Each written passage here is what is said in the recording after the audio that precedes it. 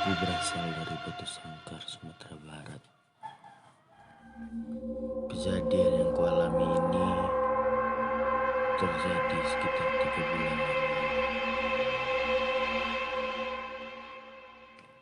Masa pandemi COVID-19 membuat kebijakan untuk kita tinggal di rumah saja atau PSBB. Setelah sekian lama di rumah, aku pun mulai merasakan kebosanan.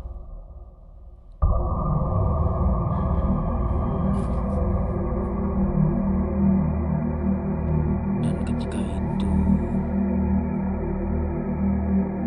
aku pun merencanakan bersama teman-teman untuk refreshing ke bukit. Karena untuk pergi ke daerah keramaian masih belum diperbolehkan. Ketika aku ajak teman-temanku, mereka pun merespon dengan baik dan mereka juga merasakan hal yang sama. Kami akan pergi refreshing ke hutan, menghirup udara segar di udara terbuka dan mungkin jauh dari keramaian.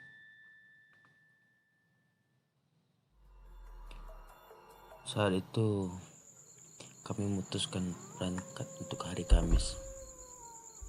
Namun sebelumnya di hari Rabu, aku dan salah satu temanku melakukan survei dulu ke lokasi camping.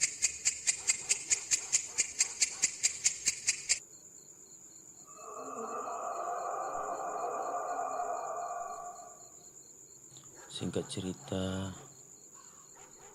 sampailah kami di hutan yang kami tuju itu. Hutan ini masih asri, pepohonan tinggi, udara sejuk, rumput-rumput yang masih hijau, dan masih terdengar suara burung yang berkicau. Dan rasanya ini akan jadi tempat yang menyenangkan.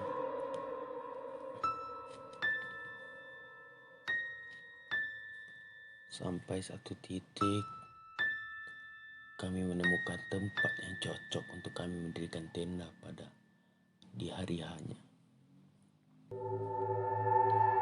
Kami tandai, jadi besok kami tidak perlu pusing lagi untuk menentukan di mana kami akan berkemah. Setelah dirasa cukup dan hari pun mulai menjelang malam,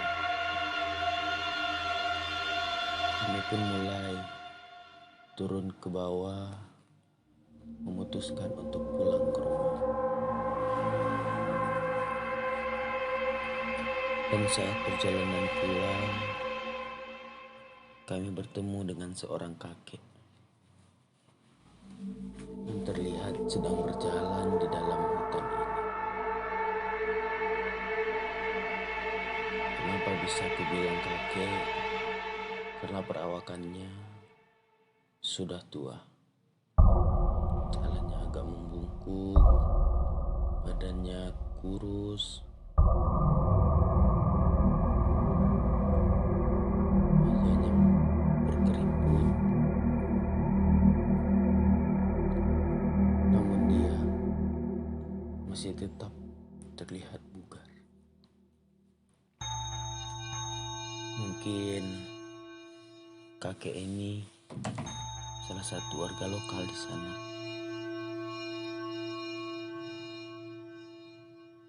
Kakek itu melempar pertanyaan yang memang biasanya dilempar ketika bertemu orang asing. Dia bertanya, sedang apa kami di sana? Aku coba menjelaskan bahwa kami besok akan berkemah di sini bersama teman-teman dan hari ini melakukan melakukan survei untuk menentukan di mana kami akan mendirikan tenda. Begitu kataku. Lalu kakek itu tersenyum. Kupikir jawabannya akan melarang kami. Ternyata dia mempersilahkan kami. Tapi besok, sebelum masuk ke hutan, katanya kami harus menemuinya dulu. Dan dia tinggal di sebuah gubuk yang tak jauh dari tempat kami berdiri itu. Dia menunjuk gubuknya yang terlihat oleh kami. Mungkin kakek itu kuncin di sana atau penjaga di sana, tinggal di sana, entahlah. Aku bahkan tidak tahu namanya siapa. Yang jelas, aku tahu wajahnya dan gubuk tempat kakek itu tinggal. Kami pun langsung melanjutkan perjalanan pulang.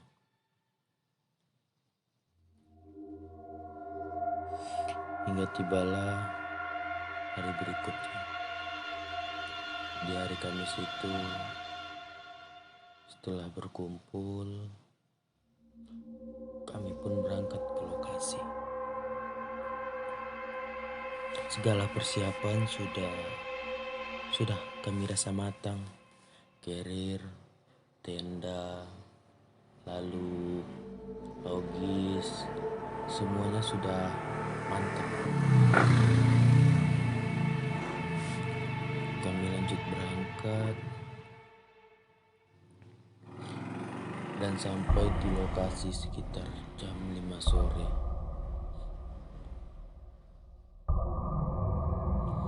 Karena takut kemalaman, kami pun bergegas untuk menuju lokasi titik yang sudah kami tandai, tempat untuk kami bertenda.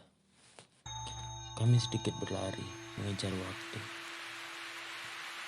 Sesampainya di sana, tanpa berlama-lama kami pun bergegas mendirikan tenda karena hari sudah mulai gelap. Setelah tenda berdiri, kami rehat sejenak di dalam tenda. Dan tidak terasa, waktu ketika itu menunjukkan jam 8 malam. Ada perasaan mengganjal. Apa ya?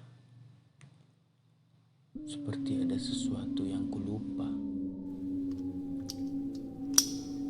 Padahal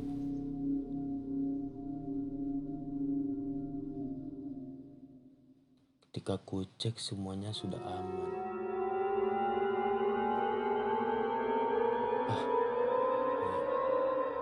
Aku ingat.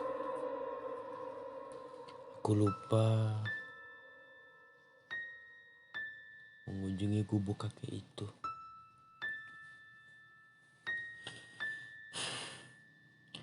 Aduh, ya sudahlah. Kupikir tidak izin pun tidak apa-apa. Karena kemarin kan juga sudah bilang.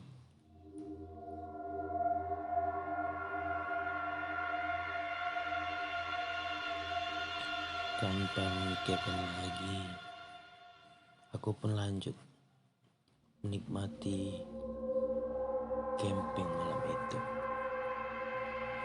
Dan aku berencana menyiapkan makan malam. Dan ketika akan membuat makan malam, aku mencari beras. Dan perasaan tadi ku simpan, ku taruh tak jauh dari tempatku duduk. Bro, beras mana ya? Perasaan tadi di sini deh. Salah satu temanku bilang, katanya ada di sudut tenda. Tadi dia yang masukin ke dalam. Oh, kirain hilang. Yaudah ntar nih gua bikinin nasi dulu ya. Aku pun masuk ke dalam tenda. Dan ketika ku cari, tidak ada.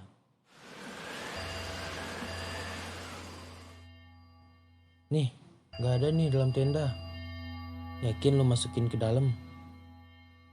Ini udah ku cari semua di sudut tenda. Gak ada.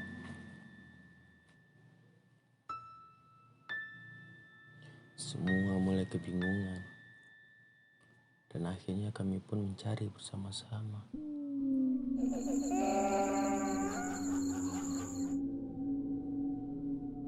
Setelah kami cek kembali, setiap sudut tenda sepertinya tidak masuk akal jika beras itu tiba-tiba hilang. Dan bukan hanya beras, kopi dan rokok pun hilang secara tiba-tiba. Aduh, kenapa ya? Kami pun sekali lagi mencoba mencari masuk ke dalam tenda, ke setiap tas, di depan tenda. Tapi hilang. Tidak ada. Ini sama sekali tidak masuk akal. Salah seorang temanku yang kesal sempat mengeluarkan kata-kata kasar karena saking tidak percayanya. Dia mulai menuduh satu sama lain. Siapa tahu ada yang jahil, iseng menyembunyikan tidak ada. Dan buat apa? Sampai tiba-tiba ketika kami sedang berdebat tentang hilangnya barang ini, terdengar suara gaduh di luar tenda. Di luar, di sekitar tempat kami mendirikan tenda.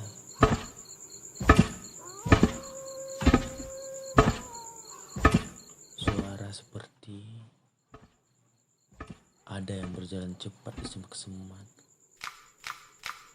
Seperti ada yang menabrak kayu. Dan terdengar juga seperti ada suara hembusan nafas yang menggema.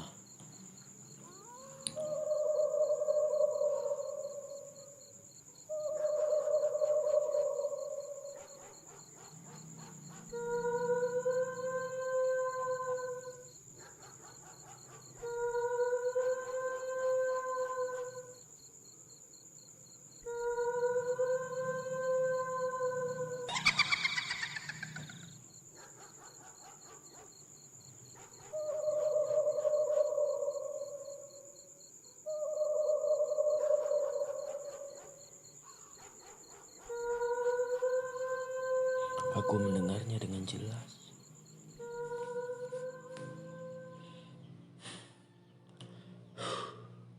Aku pun melirik teman-temanku, tapi semua tiba-tiba hening. Dan semuanya tertuju kepadaku. Wajahku terlihat ketakutan. Bro, lu pada dengar nggak? Ada suara. Iya, ada suara. Kayak ada yang berlari di sekitar tenda kita. Dan ada suara yang ngegeram gitu. Kalian pada dengar juga kan?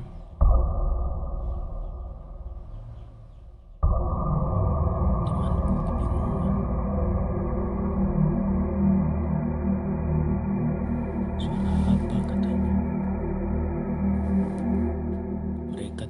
mendengar suara apa-apa.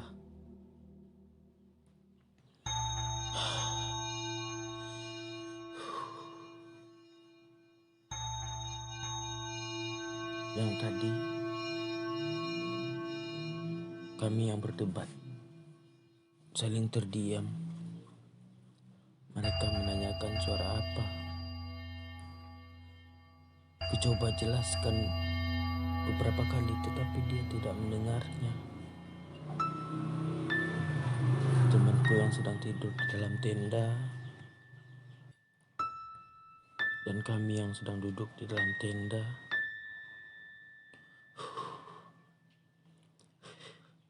mulai kebingungan, terutama aku. Suara itu masih terdengar. Aduh, selama pembicaraan ini telingaku masih sangat jelas masih mendengar suara di luar tenda.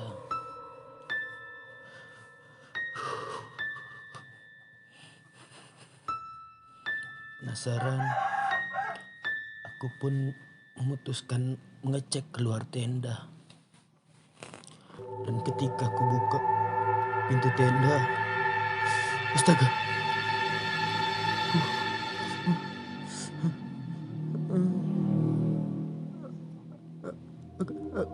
aku tersontak kaget ketika tepat di depanku kini berdiri sosok tinggi besar, badannya berbulu hitam semuanya, kukunya panjang, matanya merah, menatap ke arahku dengan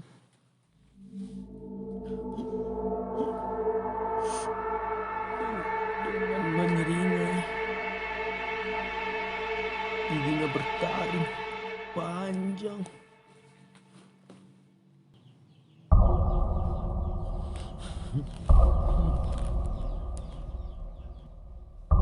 Setelah menyeringai, dia mulai membuka mulutnya perlahan dan menggeram.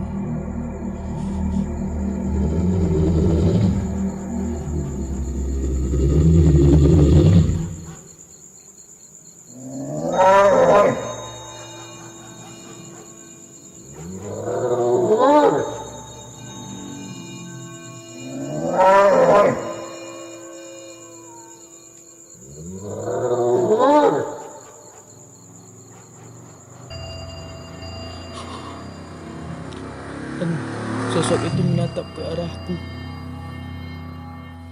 Tingginya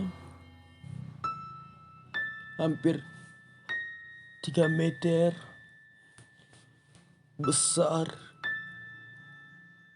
Bahkan ketika aku melihatnya pun, badanku terasa kaku. Dalam hati aku membaca doa yang ku bisa.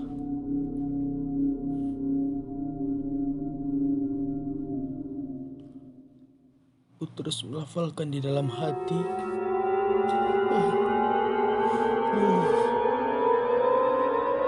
Ketika aku membaca doa, matanya semakin merah menyala. Dan suaranya makin menggeram marah. Aku pun kembalikan badan perlahan dan kembali masuk ke dalam tenda.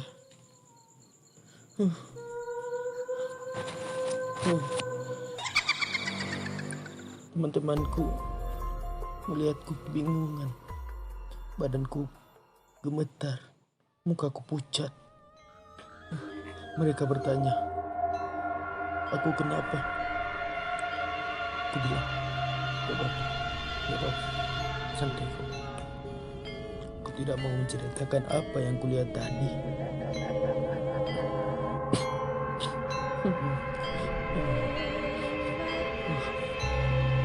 Akhirnya, aku pun mengajak temanku untuk istirahat saja sambil menari. Dan mungkin besok pagi baru bisa makan.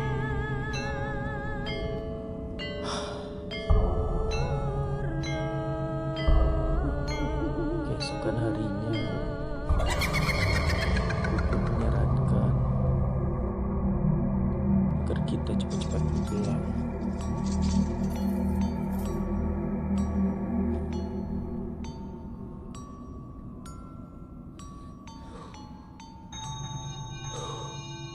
Entahlah, pesanku tidak enak jika kami melanjutkan ngecamp di sana. Tak apa yang terjadi. Ditambah persediaan makanan tidak ada. Kami bersiap-siap melanjutkan mengemas barang. Dan setelah selesai, ketika kami berjalan turun di perjalanan, kami bertemu kakek-kakek yang kutemui sore hari waktu itu. Dan dia menunjuk ke arahku dengan wajahnya yang marah, tidak seperti sebelumnya.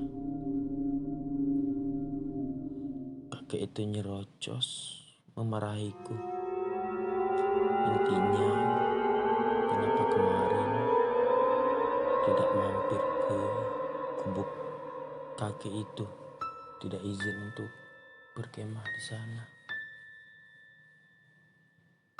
Lalu aku minta maaf karena kemarin kami datang terlalu malam dan cepat-cepat mendirikan tenda dan tidak terfikir untuk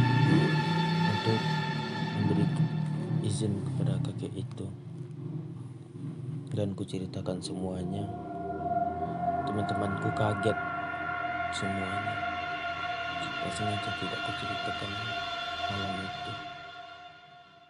Kakek itu pun memberikan jawaban bahwa sosok yang kulihat malam itu adalah sosok penunggu hutan ini. Orang-orang biasa memanggilnya Inyek Gunung. Inyek Gunung. Semenjak kejadian itu, aku pun percaya bahwa ada pun kehidupan lain di sekitar kita. Dan kakek itu bilang tempat kami mendirikan tenda itu tepat di atas kuburan keramat yang telah berusia ratusan tahun yang lalu. Dan penunggu di sana marah pada kami dengan menampakkan sosoknya yang sangat mengerikan.